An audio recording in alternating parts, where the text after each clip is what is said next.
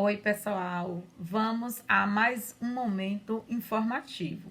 Hoje eu irei estar falando sobre as vanguardas europeias. E como vocês já sabem, esse período foi de grandes inovações, já que em 1920 a população europeia ela já tinha assim razões, né, para perceber que o ano seria, esse período, melhor dizendo, seria um período bem melhor, já que todos sabem que em 1918 foi o período de Primeira Guerra Mundial.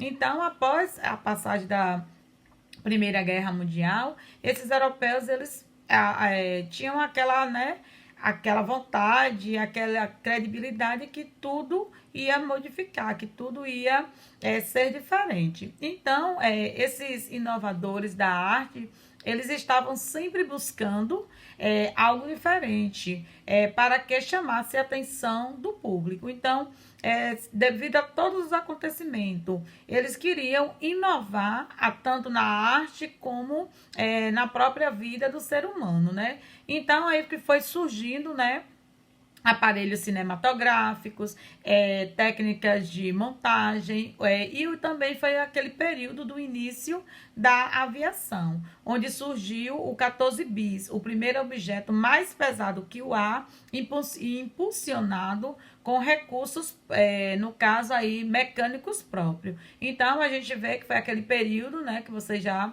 tiveram a oportunidade de conhecer, onde as pessoas achavam que, porque um objeto mais pesado que o ar, que ele não ficaria, no caso, flutuando. Mas a gente sabe que Carlos Drummond, né, ele conseguiu fazer com que esse avião 14 bis, ele flutuasse. E aí, então, gente, também a gente não poderia esquecer que foi o período também que Freud ele estava colocando em prática a importância da psicanálise.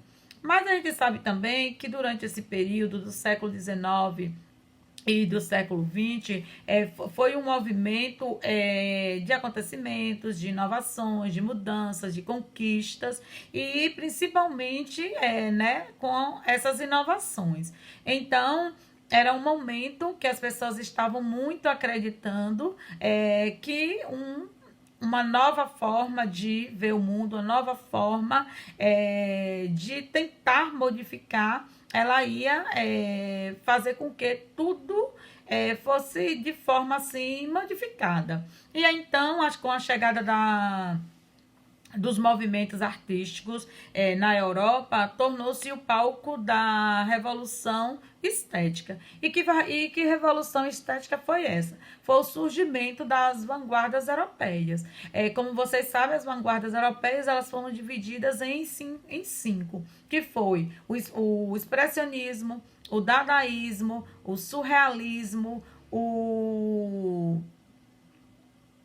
cubismo, então, e o futurismo. Então, a gente percebe que essas inovações das vanguardas europeias contribuiu muito com a questão desse período vanguardista, que logo em seguida a gente sabe que vai vir a parte do modernismo.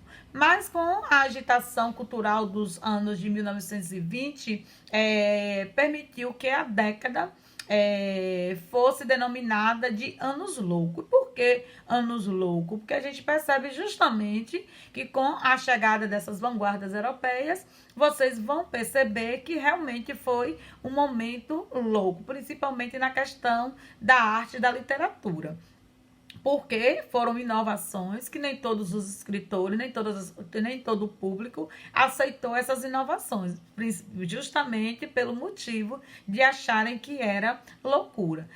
No caso do futurismo, quem foi o precursor foi Filippo Marinetti, e ele veio com sua inovação estética, tanto com excesso como com extravagância, né? Então, ele queria mostrar essa coisa extravagante, essa coisa diferenciada das outras artes. Já os cubistas, eles se aprofundavam, ele foi aprofundado mais na técnica do famoso, né, Pablo Picasso, onde ele já se preocupava mais com a questão geométrica. Ele queria mostrar sua arte, seus desenhos, e, o corpo, no caso, em forma geométrica. E os expressionistas, eles já eram um pouquinho mais diferente. E o precursor do expressionismo foi justamente Edvard Munch, onde ele já se preocupava mais com a questão de formas, vamos dizer, de formas tipo caricaturas, caricaturizadas.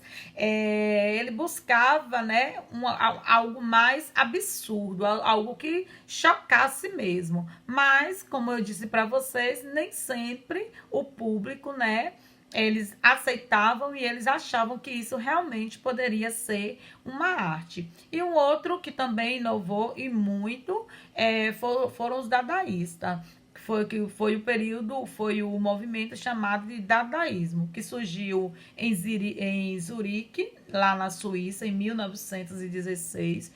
E quem foi o precursor desse movimento foi Munch, Marcel, me desculpe, Marcel Duchamp.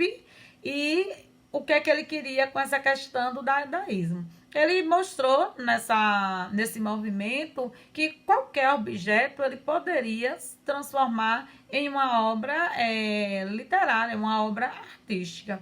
Então ele fez justamente, ele queria que essa arte, que essa obra, ela tivesse espontaneidade, casualidade, e que se colocasse, né, no caso, a realidade contra a lógica e contra a racionalidade. Então era algo mesmo bastante absurdo, de uma roda se transformar em uma obra de arte, de